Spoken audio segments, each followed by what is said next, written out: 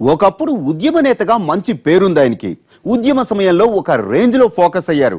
ఉద్యోగ సంఘాల నేతలంటే ముందు వరుసలో వినిపించే పేరు ఆయనదే. ఏ విషయాన్నైనా కుండ బద్దలు కొట్టేటట్లు మాట్లాడేసేవారు. అలాంటి ఆయన ఇప్పుడు మాట్లాడలేకపోతున్నానని తెగ ఇదైపోతున్నారంట. తన పరిస్థితి బోనులో సింహంలా తయారైందని వాపోతున్నారు. ఇంతకీ ఎవరాయనంటారా? చూడండి.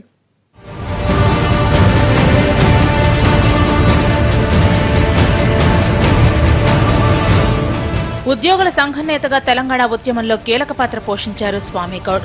ఉద్యమంలో మాటల తూటాలు పేల్చిన స్వామి గౌడ్ ఆర్టీఏ ఆఫీసులో ఆందోళనతో అందరి నోళ్లలో నాని ఒక రేంజ్ లో ఫోకస్ అయ్యారు. ఉద్యోగ సంఘాల్లో తిరుగులేని నేతగా పేరుండేది స్వామి గౌడ్ కి. ఏపీ ఉద్యోగ సంఘాల నేతలపై మాటల దాడి అంటే ముందుండేవారు. ఆయన పోరాట పటిమను గుర్తించే ఎమ్మెల్సీని చేసి తర్వాత శాసనమండలి చైర్మన్ పదవితో గౌరవించారు గులాబీ బాస్.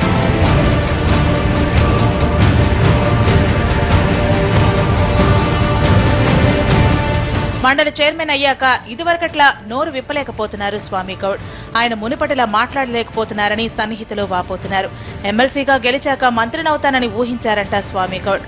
అయితే మండలి చైర్మన్ పదవి దక్కింది ఆయనకి. దాంతో ప్రజా సమస్యలపై స్పందించడానికి కూడా ప్రోటోకాల్ అడ్డుపడుతుందంట.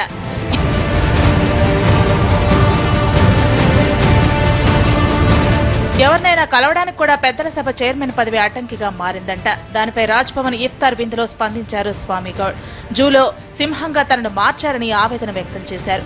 జూలో సింహం పిల్లలు హలో చెప్తే హలో చెప్తుంది తప్ప ఏం చేయలేదని, మరికొన్నాళ్లు జూలో ఉంటే సింహం అసలు నైజాన్ని మర్చిపోతుందని, ఇప్పుడు తన పరిస్థితి కూడా అలాగే తయారైందని చెప్పుకొచ్చారు ఆయన.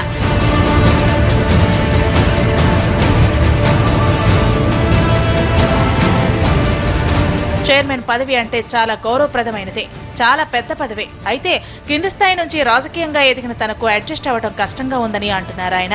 ఏ విషయాన్నైనా కుండబద్దలు కొట్టినట్టు చెప్పే స్వామి గౌడ్ ఈ విషయాన్ని కూడా మనసులో ఏమీ దాచుకోకుండా రాజ్ భవన్లో సన్నిహితుల ముందు బయటపెట్టేశారు.